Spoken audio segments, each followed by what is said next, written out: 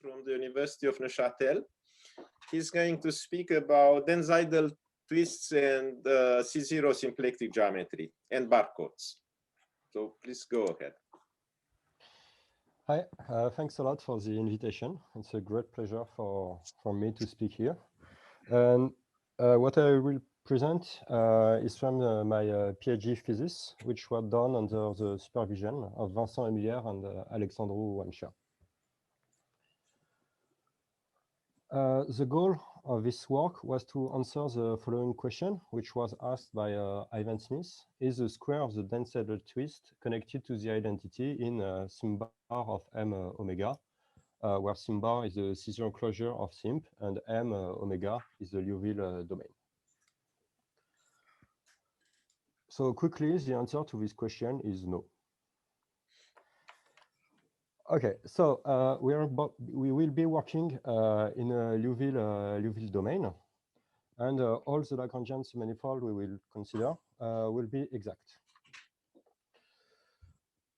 We will need the following structure, which is called an A3 configuration of Lagrangian. It's the data of three Lagrangian spheres, L1, L2, and L3, such that these Lagrangian are pairwise transverse.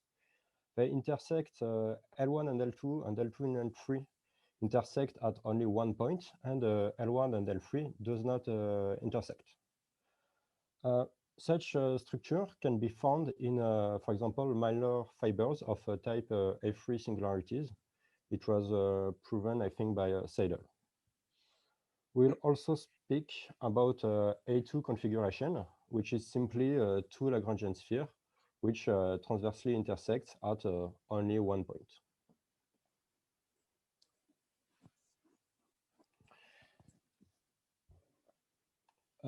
C0 symplectic topology was born in the 80s with the famous Gromov-Eliashberg theorem, which states that in M omega in symplectic submanifold, if there's a sequence phi n of symplectomorphism which C0 converges to a diffeomorphism phi, then this phi is a symplectomorphism as well. From this theorem comes a definition, the definition of a symplectic homomorphism. And we say that an homomorphism phi is a symplectic homomorphism of M if and only if there's a sequence of symplectic diffeomorphism such that phi is the C0 limit of phi n. This definition is a good definition in the sense that thanks to Gromov-Eliashberg theorem, the smooth symplectic homomorphism is a symplectomorphism. And we will denote a sum bar of M omega, the set of symplectic homomorphism.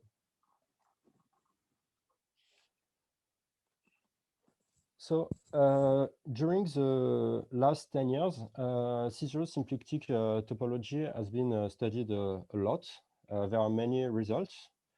Here is a very biased selection of results. As in smooth symplectic topology, there are some rigidity results with, for example, continuity result for action selectors or for Hamiltonian barcodes.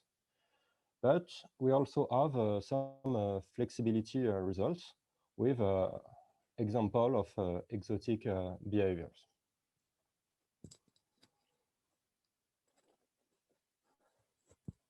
One of the objects which interests us today is a Densydal twist.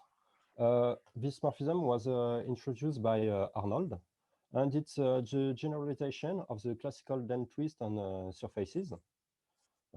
So here's a small drawing to represent the Den twist in T star S1, and the red curve represents the image of a vertical fiber of T star S1 by the Den twist. So the Densydal twist is a compactly supported symplectomorphism in the neighborhood of a Lagrangian sphere L. We'll denote it tau L, and we speak of it as the Den twist along the Lagrangian sphere L. In his thesis, Seidel proves that for all dimension 4M, the square of the dense-idle twist is isotopic to the identity in the set of diffeomorphism. A few years later, he proves that for a 2n-dimensional nice symplectic submanifold, in particular, we ask that n is even, and that n contains an A3 configuration of Lagrangian sphere, L infinity, L prime, and L, then tau L square of L prime and L prime are not isotopic as Lagrangian submanifolds. This immediately implies that tau L square is not isotopic to the identity in the set of symplectomorphism, and in particular for T star Sn. The question of the isotopy to the identity when n is odd is not really interesting. Indeed, one can show that tau L square acts non-trivially on the homology when n is odd. So during all this talk, I will only talk about the case where n is even. So now that we have this setting, we can go back to Ivan Smith's question. In fact, answering this question will help us understand the relation between the symplectic mapping class group and the C0 symplectic mapping class group. Answering no to this question would tell us that the map naturally given by the inclusion from pi 0 of simp of m omega to pi 0 of sim bar of m omega is non-trivial. But more generally, we could ask whether this map is an isomorphism or not. In fact, the symplectic mapping class group is much studied, but it's not the case for the C01. These questions are almost blank and we barely know anything. We have few results. The first one is that this map is an isomorphism for surfaces. And another nice beautiful result is that this map is trivial when M is a 2n-dimensional ball. In fact, one can show that the set of compactly supported symplectic homeomorphism is constructible. To do so, one just have to use the Alexander trick, means conjugate by x goes to tx, and we can see it's constructible. Which is fun is that we don't even know if it's connected for smooth symplectomorphism. We actually know that it's constructible for n equal 1 and 2, the case where n equal 2 is a result from Gromov.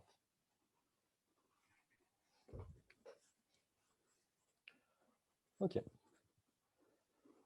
So during my thesis, we managed to prove the following theorem, which states that for M2n omega, a Liouville domain of dimension 2n with n even, n greater than 4, and we assume that n contains an A2 configuration of Lagrangian sphere L and L prime, then tau L square is not in the connected component of the identity in sim bar of M omega. We have to note that this statement is a bit stronger than a simple answer to the previous question because it deals with a connected component and not path connected components. But of course, it implies an answer to this question with the following corollary, which says that pi 0 of sim bar of M omega is not trivial. In dimension 4, we also managed to have some results, but the proof is totally different, and this result is a bit weaker. Indeed, M needs to contain an A3 configuration of Lagrangian sphere, and then we can show that tau L square is not trivial in pi 0 of sim bar of M omega. So, in fact, if we have to remember one thing from this result, it's the following thing. It says that for all n even, the square of the den twist along Sn is not trivial in the pi node of the set of compactly supported symplectic homomorphism of T star Sn. Okay, so now how do we prove such results? First of all, our tools. One of our main tools will be Floer cohomology. We take L and L prime, two closed exact Lagrangian manifold in a Liouville domain M lambda. And we know that there's a filtration in Floer cohomology by the action. And we'll denote CF star kappa of L prime M, the subcomplex generated by the intersection point with action lesser than kappa. And we also know that in Floer cohomology, there's a product structure, and this product structure respects this filtration.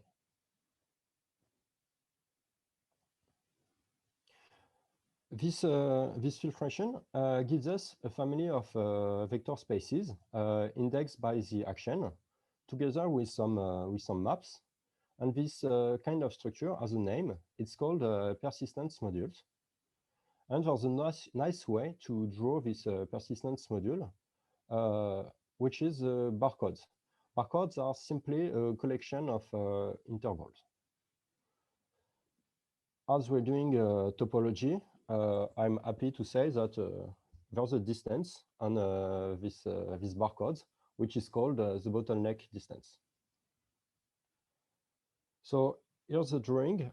It's for Morse homology because it's way easier to draw than for Floer theory. And here's the barcodes associated to this one-dimensional sphere. And the bars of the barcodes represent the birth and death of the cohomology classes as the action run over R. The bottleneck distance means to match the bars of two barcodes, bars to bars. Since we are doing cohomology, we are interested in the notion of grading, and it can be put into the theory of barcodes, and we can work with graded barcodes. In fact, to each bar, we associate a degree, which corresponds to the degree of the intersection point corresponding to the starting point of the bar. We'll denote B, the set of graded barcodes, such that for all epsilon, the number of bars with length greater than epsilon is finite. We are interested in this set for two main reasons. The first one is that this set is complete. And the second one is that this set is a completion of the set of finite barcodes, which are the barcodes that naturally appears when doing Floer cohomology. In fact, we'll be working with another set, B hat, which is simply B quotiented by the action of R, where R acts as a global shift on the barcode. So we just translate all the barcodes. And of course, the bottleneck distance is compatible with this notion of degree. This set B hat is complete as well. And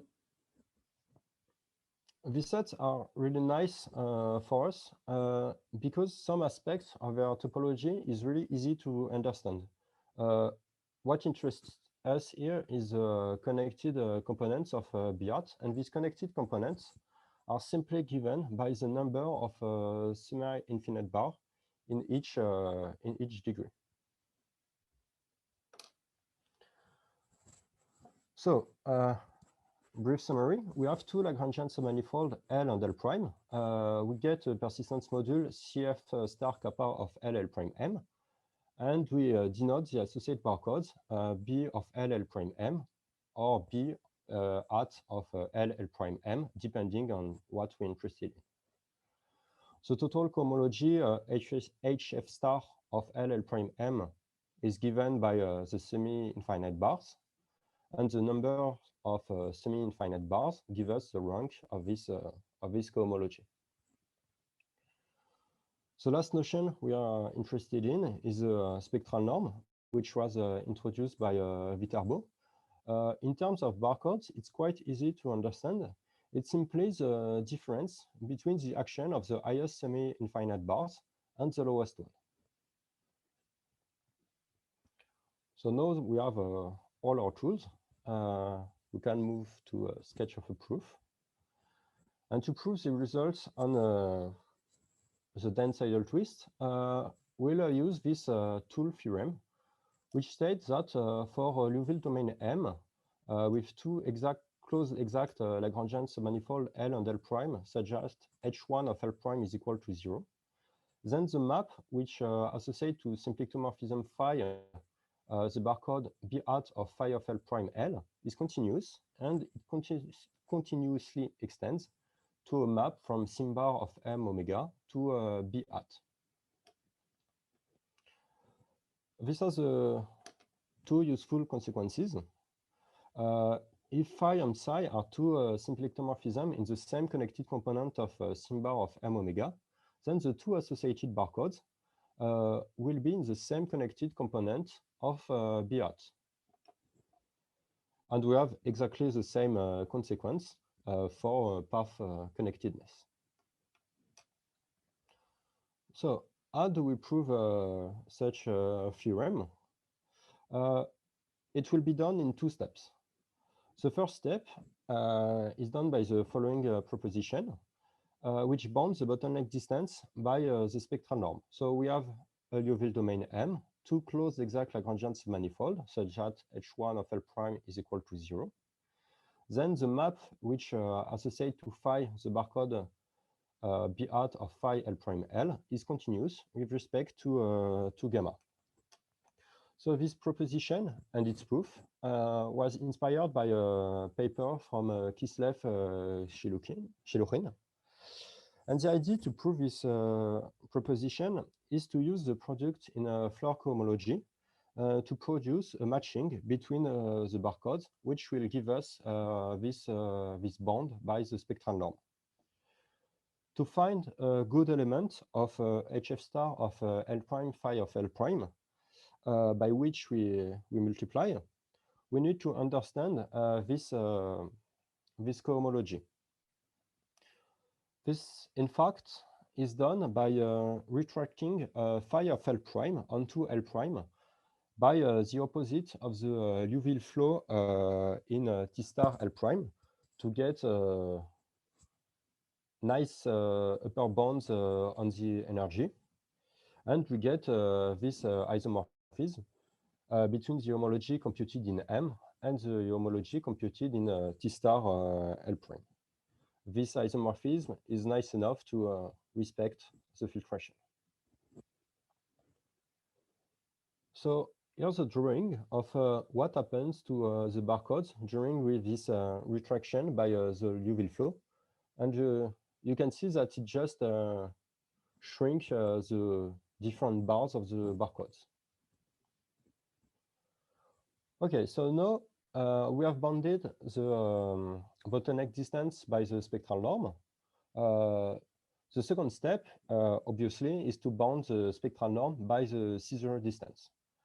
So here's this proposition, which states that gamma is Caesar continuous in our context, of course.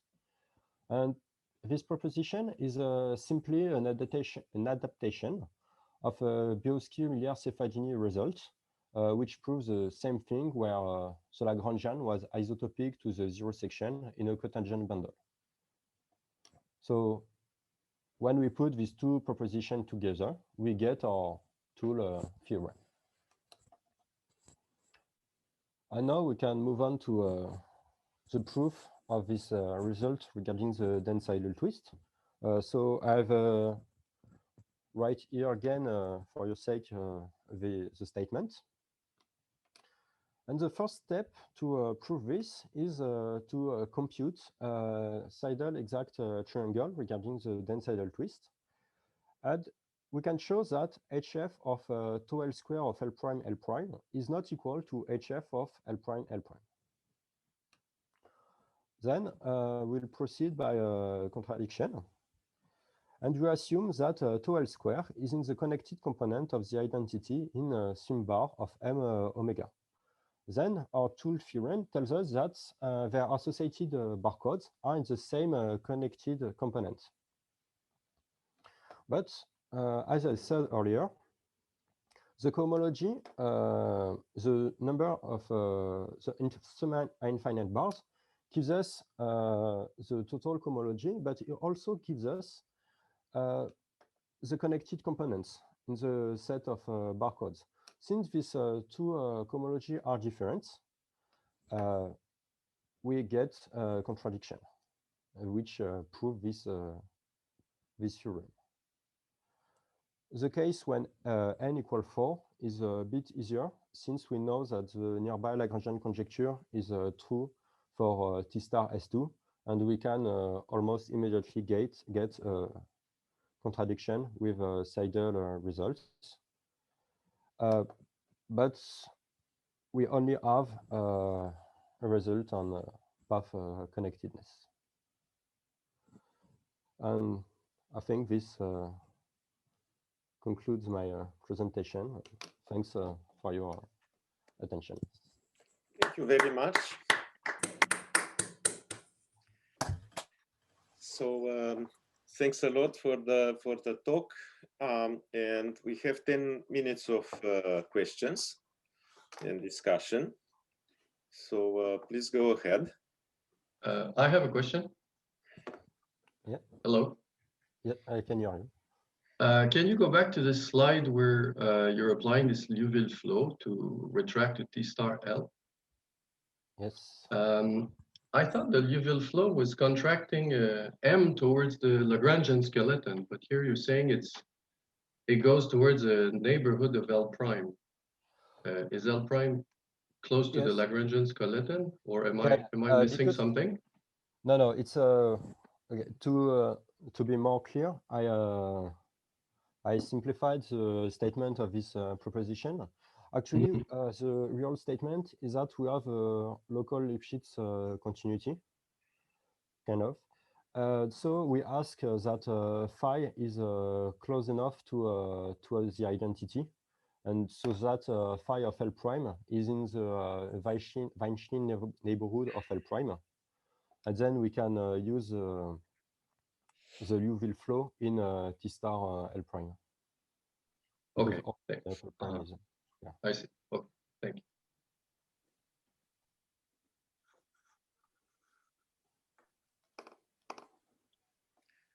So I was wondering if you could say another word about this product structure. I didn't quite understand how that plays in. Yeah, okay. The idea is to okay, I can say that. Okay, so we prove it for we want to prove that this is a continuous look at the identity, and we will find good elements in HF star of L prime phi of L prime to have a map from HF star of L prime phi of L prime to HF star of L prime, L prime, L prime. And this element, in fact, since we have this isomorphism, the second hand of this equality is understood thanks to Abuiseid-Krag results on the nearby Lagrangian conjecture. And the element that we will choose corresponds to the fundamental class of L prime. So this gives us an identity of persistence module, which only does a little shift of action, and this gives us this bond. I don't know if it's clear or not. So if I can add one word, Daniel, one way to think about is that you have this bottleneck distance that you want to kind of try to estimate, but you are looking at morphisms between a Lagrangian to another. And if you think in terms of Fukaya category terms, such a morphism is identified by some product with an element. And so this allows you to move. So this is what Kislev-Shelukin basically also, you know. Totally. And so if you want to estimate bottleneck distance, another way to do it is to estimate the spectral numbers of the classes with which you multiply, or the chains with which you multiply. And once you start to think in these terms, then you see a relation between bottleneck distance and the spectral invariance, and because you have to go both ways. So it's a simple algebraic trick, but it's really based on this idea that you can pass from morphism to products. Very nice. Yeah, and so it's very efficient. Very nice.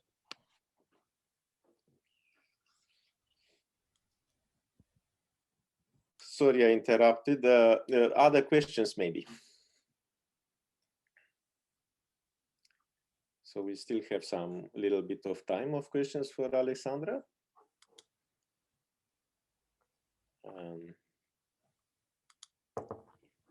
So don't hesitate if you wanna. So is it more generally, should I expect that, you know, any such result in the symplectic mapping class group that I can prove by showing that some Floer group is different, I will be able to reprove in C0 symplectic topology? That's kind of my great hope, to be honest. But yeah, I think so. But we still have to have some condition. Like I don't really know how to skip the exactness or condition and the H1 equal 0 condition as well.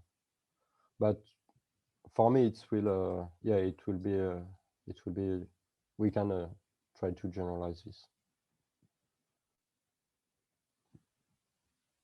So sorry, where do you need the H1 equals 0 condition?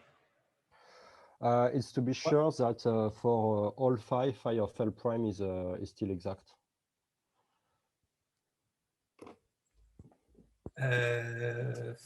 For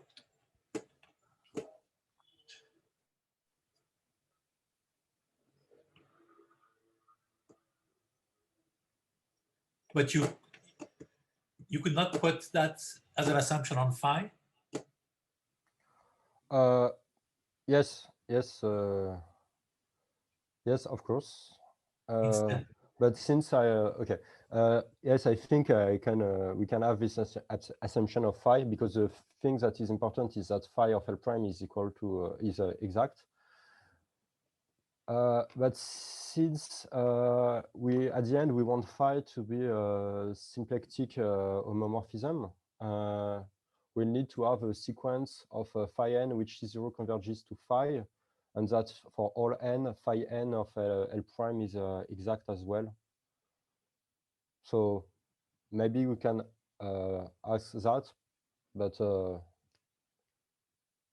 and would you need moreover convergence of the? Would you need moreover convergence of the primitives, or is that automatic? No, sorry, that's automatic. No, sorry, ignore that. Ignore that.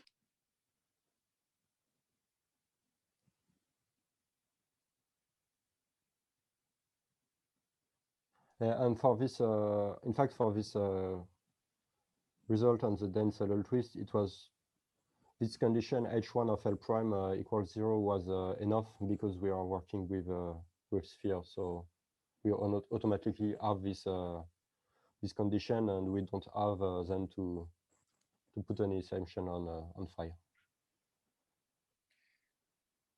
All right, Alexandra, thank you very much for this very nice talk.